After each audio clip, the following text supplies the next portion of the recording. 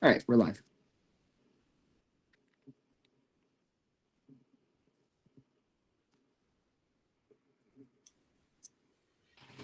I don't think Leo's in yet, Oh, is he? yeah, I haven't seen him yet. All right, I'll kick us off. Give me a second to get the stuff open. All right. Let's see. Okay. Welcome everybody to the TAN Council 30th. Oh, sure. Hold on. I just gotta make sure our stream's right. Apologies. There we go. Welcome everybody to the 30th TAN Council meeting. For today's meeting, we'll be going over the results of the TNIP1 first week and a half.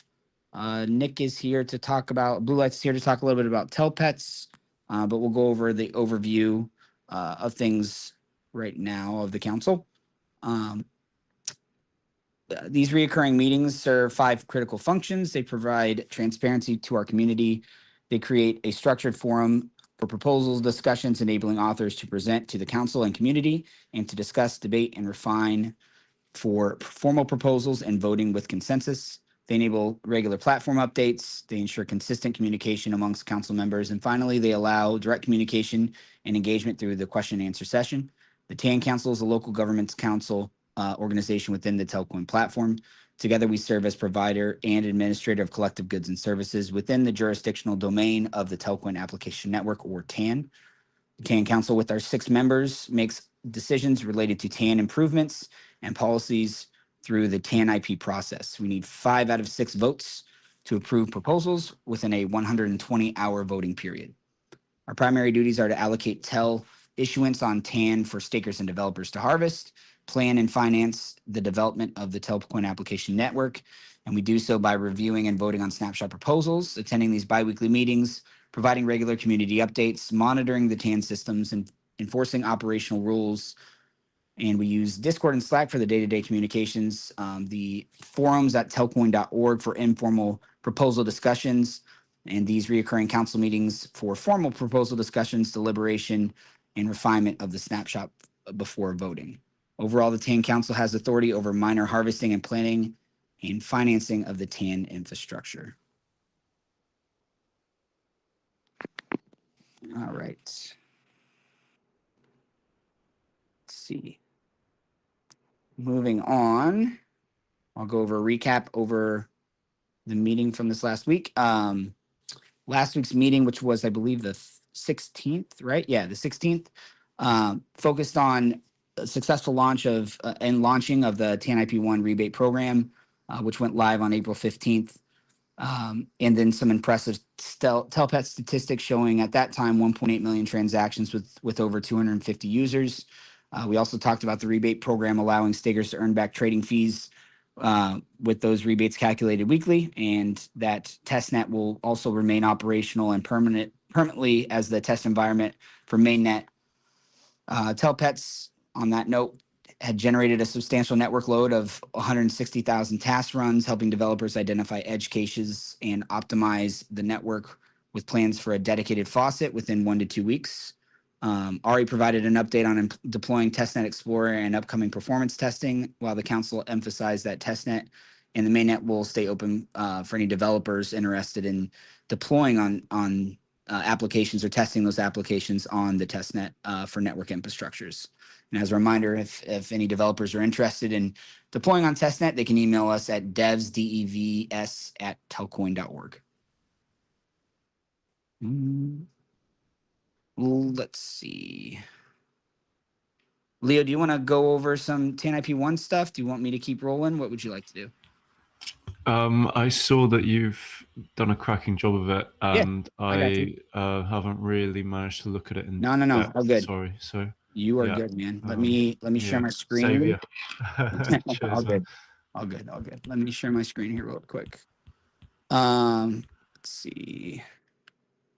Okay. Can everybody see my screen? Yeah. Okay, perfect. Let me make sure it's good on our stream. It is. Okay, so here is just a really brief overview, and you'll have to excuse us. We're still trying to get the format down correctly, but I pulled one of the old sheets. Leo did as well. Let me freeze this top frame to kind of go over some of the results from the first week, and essentially the results when it comes to the issuance for the first week. So that's not going to work. That's fine. Freeze. Anyways, so just going over things briefly, if we look at these 2 weeks, which is the April the 28th and 29th, these are going to be kind of the 2 weeks where we're looking at. And I wish this would. Oh, we'll just minimize this. How about that? You have to excuse me. Things aren't playing nicely with me today. Okay, so just overall fees earned, and now again, these are based on some of the staker fees, right? So overall fees we can see for the first week, which was about 100,000 ish, and the second week was about 121,000. The referee fees, which was about 282,000 and 208,000. If you look at the kind of some of the percentage of staker fees comparing to how things were previously, those are down, about 10 to 15%. That's kind of to be expected as we're really trying to identify what the baseline is with this new system. We don't, being a week and a half, 2 weeks in, that we don't really have a good baseline yet. We'll have to see what that looks like. But you can see kind of the sum of missed rewards. So this is the difference in that 3.2 million that stays in the pot. So we only had about almost 3%, then almost 4% in the first 2 weeks of TEL that was issued from that pot. The weekly wallet count, these are wallets that are actually actively doing something, like actively making trades or anything else during that time period, was a little bit higher than I think I had originally expected. So it's at, 99 for the first week and then 100 for the next week. There was 16 new wallet addresses added the first week, and then 11 new wallet addresses added. So that is period, I believe, is period new wallets is wallets that weren't making trades or any transactions the previous week. And somebody can correct me if I'm wrong there. I know we've talked about that a few times. And this is the average of fees earned back per wallet earning fees. So just to give a little bit of a breakdown graphically, you can see here, this is previously the missed rewards and kind of the cumulative missed rewards. And then we obviously see a big jump here because these 2 weeks, which we'll see more with the data sets coming further and further, that the missed rewards will outpace kind of the earned rewards, because theoretically that's by design. There's that cap of 3.2 and people can earn back up to that. Wallet counts down here, active wallet counts. So we can see that obviously down about half from kind of where we were last year in July, August. But still some good activity from that aspect. Surprisingly, this kind of new wallet metric is fairly static when you start looking at, and I take it back. This doesn't have the new data sets in there. It does. The 24 and 25 is the new ones. It's not labeled correctly. So that was just kind of the brief overview. I have some other notes that I wrote down. Let me pull those up. Let's see here. Yeah, the active wallet reset, we were about 200 to 300, so down to about 100. It's not really a loss of users, just removal of kind of that incentive-driven participation, where we saw some of the not artificial, but kind of the farming, I guess I would say, or malicious, not, whatever that was when we were back then. We saw a slight uptick in week 29, which was seeing more users re-engage under the new model. So really still determining that baseline. It'll probably take another week or two before we get that.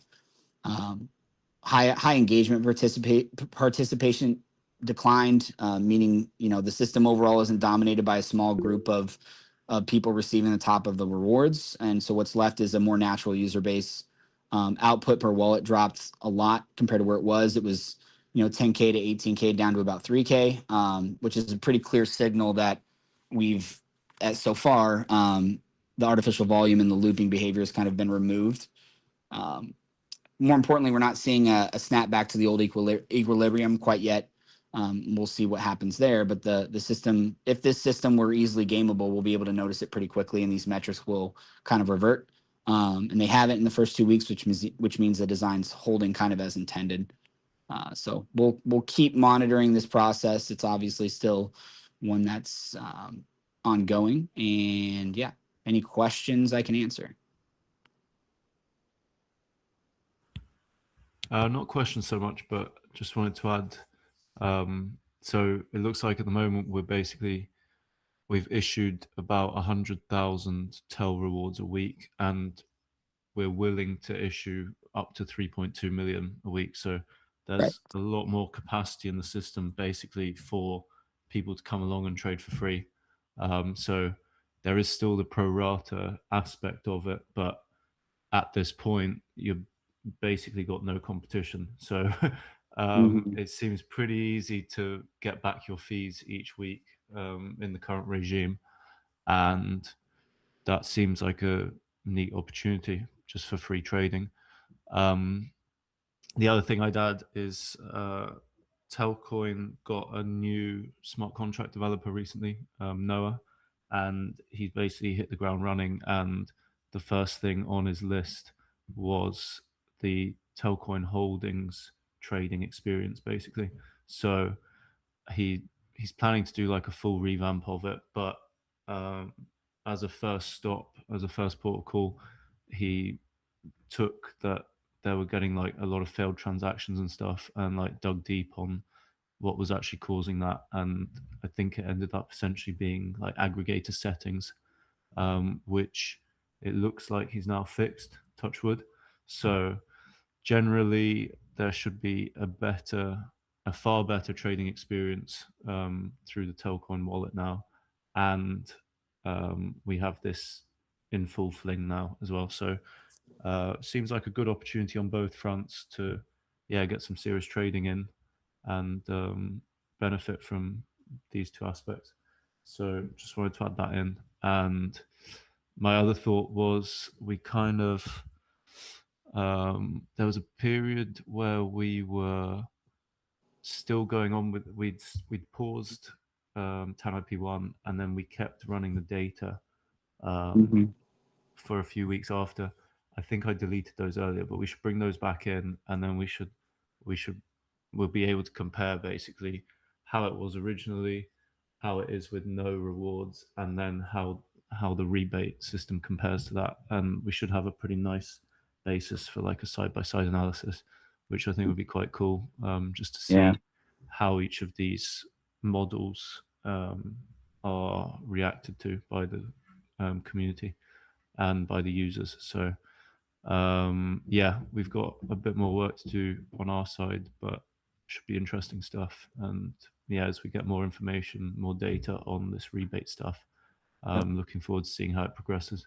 But thanks a lot for putting this together at fairly short notice. That was cool. No, we'll come up with a more digestible format too, and I think something we could probably post so it's live.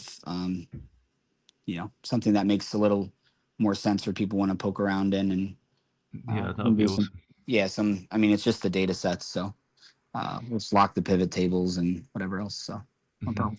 Awesome. Yeah, I feel like missed TEL rewards feels like a wrong metric now, because we've changed so we should have a think about what data to display and stuff. But it's cool to see it side by side with the old stuff and based on those metrics. So thanks a lot. And somebody had mentioned on the stream they're having issues seeing it. Definitely understand it's it's being a little weird. I'm gonna present it. That's why I want to make sure that we have a live online version for people to poke through. So we'll work on getting those weeks kind of to show the whole picture, kind of when we stopped the old program, the weeks that were we were still running the data when that wasn't there, just to look, and then we can kind of get a better full picture. I need to adjust some of the scales on the graphs too. So, but we wanted to put this together since the run was there.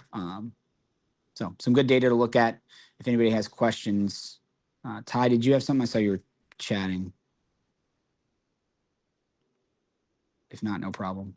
Oh no, no. I just I think it's really great that, and it shows really how much the old system was being played by folk just trading to get these additional incentives that were embedded in the old structure. Right. So I think you're certainly on the right track, and maybe a better term is unallocated rewards rather than missed rewards, because they've Yeah, not been allocated. So yeah, that's the only thing I'd that's a good mention. point. Yeah, they aren't missed. It's just unallocated. So, you know, in a whole week, the aggregate total can be 3.2 million, but it's certainly not missed rewards. It's just, yeah. So good point. Cool. All right. I'm gonna check the stream here really quick to see if there's any questions. There's a question about an update for when the Telcoin wallet will connect to U.S. bank accounts. That's not the TAN council on the Telcoin Association is more driven around the stakers and miners and rebates programs. Not the Telcoin wallet is not a Telcoin Association product. So that's a Telcoin Holdings product, which is a different, not part of the TAN or the Telcoin Association. So those questions can be directed to Telcoin Holdings. That's not something we're privy to. So let's see. Any other questions? Please just type them in the chat. Otherwise, we'll move on to Nick or Blue Lights if you're here. Yep, I'm here. Thanks, man. All right, let me share my screen then. Yeah, let me close this one. All right, you're good. Go ahead. Let's have a look. No, where is it? Here we go. Can you see it okay now? Yes, gotcha. Okay, cool. Yeah, so TELpets going really well. We've had maybe a few pet owners have run out of a little bit of huff, but we're still churning along.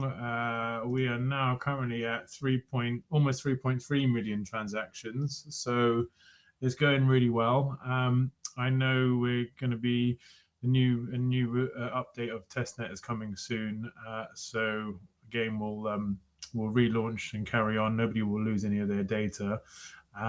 But yeah, so a couple of changes we've done over the past week. We've now got a weekly leaderboard that resets once a week to make it a little bit fair. So we've got the all-time leaderboard, which Little Pingu's overtaken Angelica's way down there now. But yeah, the weekly leaderboard is a default one now to make it a little bit more fair. So even if you're a new pet and you want to have a go on TELpets, it's kind of more fair now with the leaderboard. So you could be a pet on level 1, but you could smash it and be the top of the leaderboard for the week. So the weekly leaderboard, resets after 7 days. It resets at midnight UTC on Sunday, and then you've got a whole week to hammer through. So this is the current weekly leaderboard, which is pretty cool. And we've added a few more. The generic, if anybody's listening and doesn't quite understand what it is, basically TELpets is a gamified testing tool to help test out the Telcoin Adiri testnet. Lots of test words there, but it's been great so far. We've had and it's been built for the community to, have something to do and to get involved in and to help with the project. So the devs have had a lot of great feedback, loads of little things and some bigger things they've had to fix, and all these fixes are included in a new version of testnet that's going to be deployed shortly. So overall, everybody that's contributed to it has done a great job, and it's been super helpful. But there's a few more new things in here. We put like a lucky spin in here, which this one sends 100 transactions in one transaction, like a multi-call transaction. So you can simply spin it. you just confirm it. Then it'll be a random bit of luck on the old board here. You might get the jackpot, you might not. What do I get? Standard. So I got 40 XP anyway, so that's cool. And then you can come back, in an hour and do another lucky spin. So there's loads of you can feed your pet.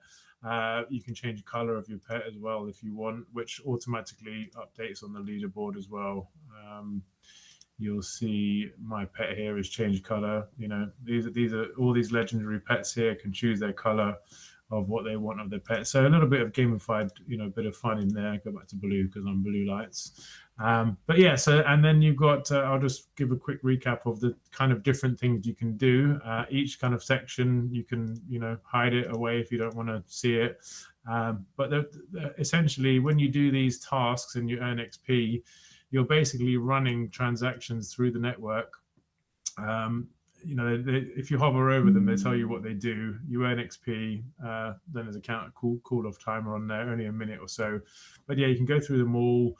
You got your lucky spin here. You can feed your pets. These are all the badges you can earn for achieving different types of things. You got your pets on-chain record here, which you deploy your own pet smart contract on the Adiri testnet. You can also, as your stats change, you can update your on-chain stats. So you can sync your stats to bring them up to date. You can do that every so often. And once that's completed, now there you go. All your latest stats are synced on your pet smart contract on chain. You've got different careers you can do for doing different things. This just gives you an overview of how your career is going. Different careers mean different things, so it's a bit of fun to keep you going. You can choose, once you complete a career, you can then select another career to move on to keep you going. And nobody's done it yet, but if somebody does all the careers, then yeah, there might be something at the end there. And then one of the important ones are these load parties, which I'll join that one. Essentially, it's to kind of funnel users to run transactions at the same time. So that's the whole point about a load party is you join it when the countdown timer runs to 0, you then hit run, and you've got a small window to actually join the party and click the run button. But that is that's like dialing in transactions from all over the globe at the same time. So we're trying to hit the network at the same time with as much transactions as we can, which is another good test for the network. So the parties are pretty important. They work really well. They run every hour, so you don't have to rush. You can just join the ones you want to join. But I'm probably going to improve that a bit soon. But overall, that's it. We're like I said, we're almost at 3.3 million transactions, which is great. He also shows all your run histories here that have happened. You can click on them and get get your TX hash and stuff like that. So yeah, all in all, it's working really smoothly. And anybody who wants to have a go, the best experience is on your laptop or your desktop, as it always is with most of Web3 stuff. But you just go to telpets.xyz or xyz, and connect a wallet. It will connect automatically to the Adiri testnet. Just use a new wallet. Don't use one that you've got funds in. You can click a button at the top of MetaMask and add a wallet, and it will just give you a new address. But yeah, other than that, mobile also works, but you'll have to use a dApp browser inside MetaMask Mobile. It's a bit fidgety sometimes, but Rabi Wallet as well, or Rabi Wallet extension on desktop works really well.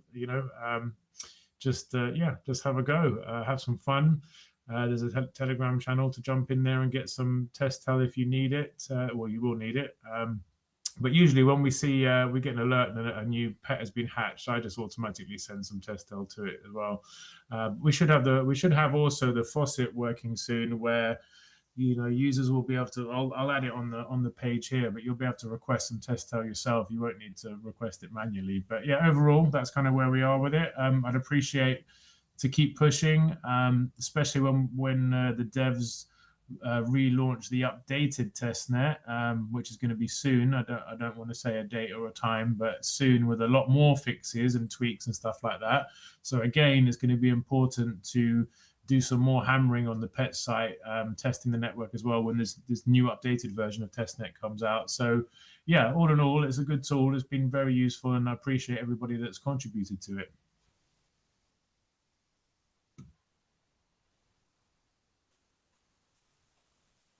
No, it's excellent. Thanks, Nick. Yeah, really well done. Good to see those transactions still moving in that direction. So, yeah, I think that's all we have for this meeting this week. We'll do some more work on posting a official kind of a spreadsheet, right, with the updated stats, including the down weeks. So I'll be working on that with everyone, and we'll go from there. Any other questions here in the chat or on the stream? Please feel free to ask them now in the Q&A section. Give it just a few minutes. Okay.